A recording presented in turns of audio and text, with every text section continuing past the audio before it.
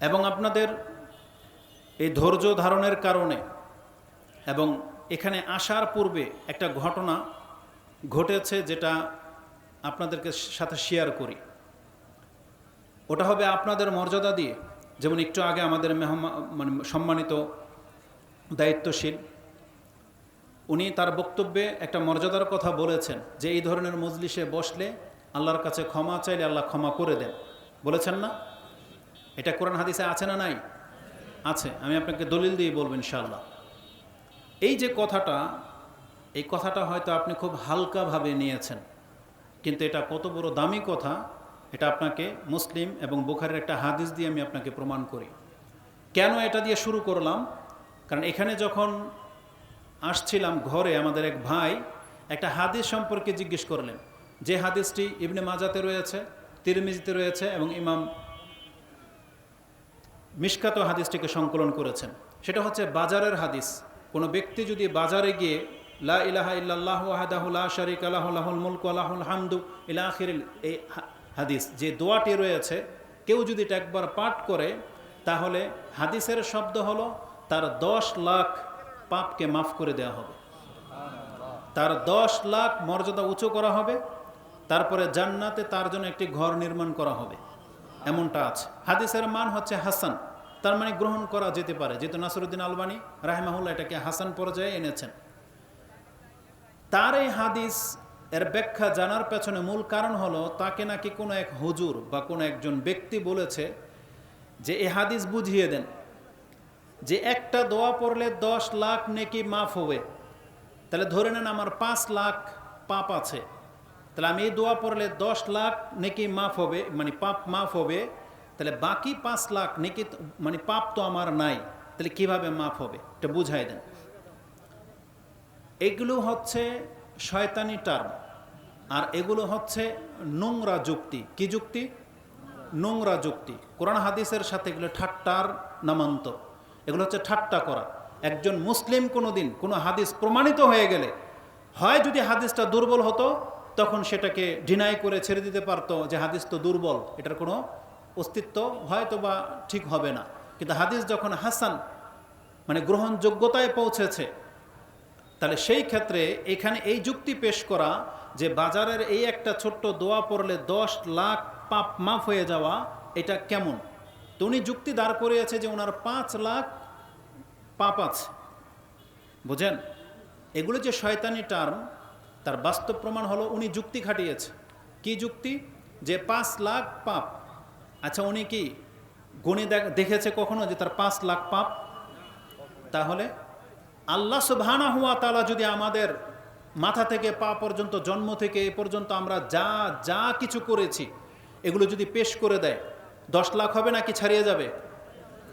বরং হাদিসের ভাষা তো এমন, পৃথিবীতে এমনও মানুষ আছে যাদের পাপ 10 লাখ না, পুরো পৃথিবী ছেয়ে যায়। কি হয়ে যায়?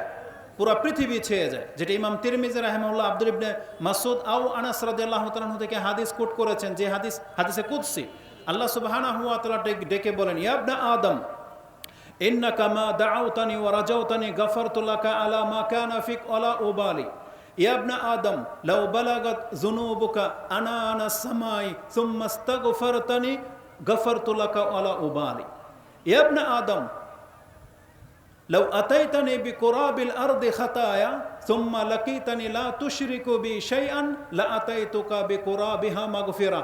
এটা ইমাম তিরমিজি তার দোয়ার অধ্যায়ে হাদিসটা এনেছেন, তওবার অধ্যায়। বলেন তো দেখি, আল্লাহ সুবহানাহু ওয়া তাআলা তার পাপী বান্দাদেরকে ডেকে বলতেছেন, হে ইবনে আদম, আদমের সন্তান, তোমার পাপ যদি আকাশের মেঘমালা পর্যন্ত ছেয়ে যায়, তারপরে তুমি যদি এসে আমার কাছে ক্ষমা চাও, গাফারতু লাকা ওয়ালা উবালি, তোমার পাপের সংখ্যা কত আমি আল্লাহ এটা দেখব না, আমি তোমাকে ক্ষমা করে দেব। তাহলে আল্লাহ যদি আকাশের মেঘমালা পর্যন্ত পাপকে মাফ করে দিতে পারে, ওখানে কি 10 লাখ পাপ আছে না আরো বেশি আছে? বরং আল্লাহ কি বলেছেন জানেন?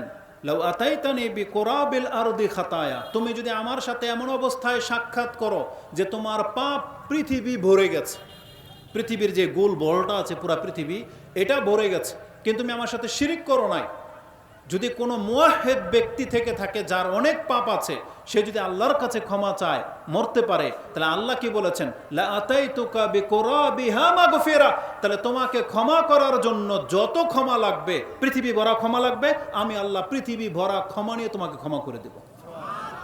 তাহলে এই ধরনের হিটলারি কথা বলা যে 10 লাখ পাপ তো আমার নাই, 10 লাখ 5 লাখ আছে, তাহলে এগুলো হচ্ছে মানে খুব মন্দ কথা, খুব মন্দ। আল্লাহ সুবহানাহু ওয়া তাআলা যদি কাউকে পাই টু পাই ধরে নেয়, তিরমিজির আরেকটা হাদিস নিয়ে নেন, রাসূল সাল্লাল্লাহু আলাইহি ওয়াসাল্লাম এ কথা কি বলে নাই, কিয়ামতের মাঠে যে ওদিয়াল কিতাব, কিতাবকে খুলে দেওয়া হবে। সূরা কাহফের 18 নম্বর সূরার 49 নম্বর আয়াতের তাফসীর আপনি পড়েন, এই হাদিস পেয়ে যাবেন।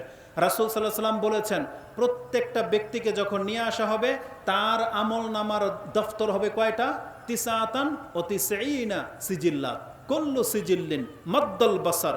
রাসূল সাল্লাম বলেছেন, একজন ব্যক্তি জন্মের পর থেকে যত রকমের কৃত্তিকালাপ করেছে সব তার আমলনামার মধ্যে লিপিবদ্ধ হয়ে গেছে।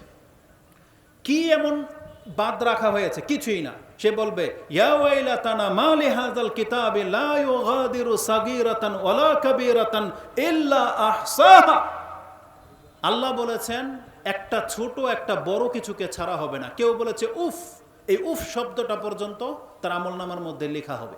আর এই উফ শব্দটাও কোনো কোনো ক্ষেত্রে মারাত্মক অপরাধ, যদি সেটা বাপমার ক্ষেত্রে প্রয়োগ করে, যেটা সূরা বনি ইসরাইলে, সূরা ইসরা 17 নম্বর সূরার 22, 23, 24 এই আয়াতগুলোতে পাবেন। আল্লাহ কি বলেছেন, ফালা তাকুল্লাহুমা উফি ওয়ালা তানহারহুমা ওয়া কুল্লাহুমা কাওলান কারীমা। বাপমার কোনো আচরণে তুমি উফ বলবা, আমি আল্লাহ এটা বরদাস্ত করি না। এটা কিন্তু তোমার আমলনামার মধ্যে লেখা হয়ে যাবে। তার মানে কোনো ছোট বড়কে ছাড়া হয় না। এইভাবে যখন লিখতে থাকবে ফেরেশতা, তার কতটা কিতাব ভরে যাবে, 99টা কিতাব। আর এক একটা কিতাব কত লম্বা, আপনার চোখের দৃষ্টি যতদূর পর্যন্ত যায়, এত বড় বড় এক একটা কিতাব মানুষের আমলনামা লেখা হচ্ছে, যেটা কিয়ামতের মাঠে তাকে দেখানো হবে। তাহলে সেখানে কি মাত্র 10 লাখ পাপ হবে? আর অনেক বেশি পাপ হবে। আর এই ব্যক্তিকে যদি আমরা জিজ্ঞেস করি, তুমি নির্ণয় করলা কিভাবে যে এটা পাপ আর এটা গণলা কিভাবে? আমি যদি আপনাদেরকে বলি, যেমন কোরআনে আছে, বড় বড় পাপ থেকে তোমরা বেঁচে থাকো, ইনতাজতানিবু কাবাইরা মা তুনহাউনা আন নুকাফির আনকুম সাইয়্যাতিকুম ওয়া নুদখিলকুম মুদখালান কারীমা। সম্ভবত আয়াতটা সূরা নিসা 4 নম্বর সূরার 29, 30, 31 পেয়ে যাবেন, ওইদিকে আছে যে আল্লাহ সুবহানাহু ওয়া তাআলা যে পাপ থেকে তোমাকে বেঁচে থাকার জন্য আদেশ দিয়েছেন, তুমি যদি সেই বড় বড় পাপ থেকে বেঁচে থাকতে পারো, তাহলে আমি তোমার ছোটখাটো পাপগুলোকে আমার পক্ষ থেকে ক্ষমা করে দেব।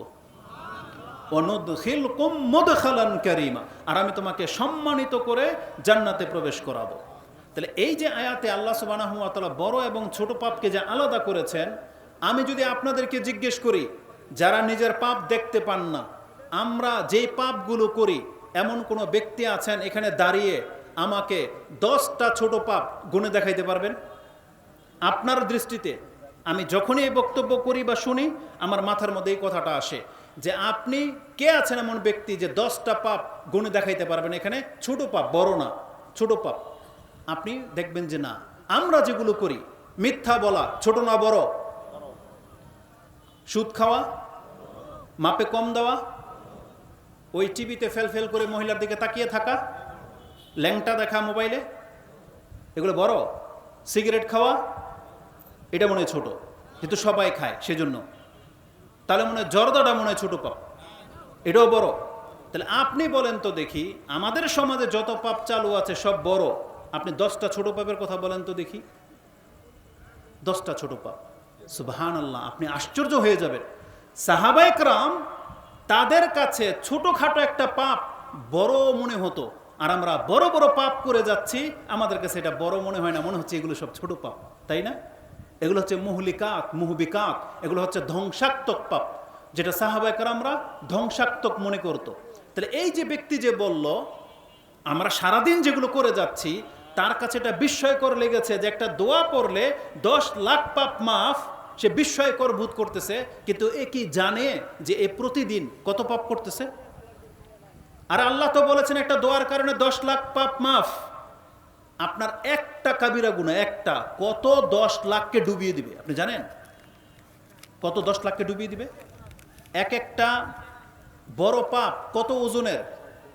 একজন ব্যক্তির দ্বারা যে বলা হয়েছে না, ইজতানিবু সাবা আল মুবিকাত, তোমরা 7টা ধ্বংসাত্মক পাপ থেকে বেঁচে থাকো। তার একটা হচ্ছে ইশরাকু বিল্লাহ, আল্লাহর সাথে শিরিক করা, জেনা করা, হত্যা করা, সুদ খাওয়া, এতিমের মাল খাওয়া, সতীসাধ্যী মহিলাকে অপবাদ দেওয়া, যুদ্ধের ময়দান থেকে পলায়ন করা। এগুলো কি? এগুলো এক একটা, জাদু করা, এগুলো এত বড় বড় পাপ, কারো জীবনে যদি একটা হয়ে যায় ওর সমস্ত নেকি নিয়ে ডুবে যাবে। এটা হচ্ছে একটা বাটকারা। আপনি দেখেন না, আপনার পুরো একটা বস্তা তরকারি সবজি নিয়ে আপনি বেচতে গেছেন, তাতে যদি 40 কেজির একটা বাটকারা লাগিয়ে দেওয়া হয়, আপনার সবজি তো হালকা হয়ে যায়। তা আমাদের আমলের সাথে পাপের এটা হচ্ছে সম্পর্ক। আর এই ব্যক্তি বলে কি যে 10 লাখ পাপ মাফ, তো তার মানে আপনার দেখতে পান না আপনি যে পাপী, আপনার মাথা থেকে পা পর্যন্ত যে পাপ আর পাপ, এটা কি মুসলমানরা চোখে পড়ে না? তাহলে রাসূলুল্লাহ সাল্লাল্লাহু আলাইহি ওয়াসাল্লাম বা আল্লাহ যখন কোনো কাজের কথা বলবে যে এই কাজে আসো, তাহলে তোমার পাপকে মাফ করে দেওয়া হবে, তাহলে মুসলমানদের কি করা উচিত? সেই কাজ করা উচিত কিনা? উচিত। নাকি এটা ছোট করে দেখবেন আপনি? বরং রাসূলুল্লাহ সাল্লাল্লাহু আলাইহি ওয়াসাল্লাম কি বলেছেন?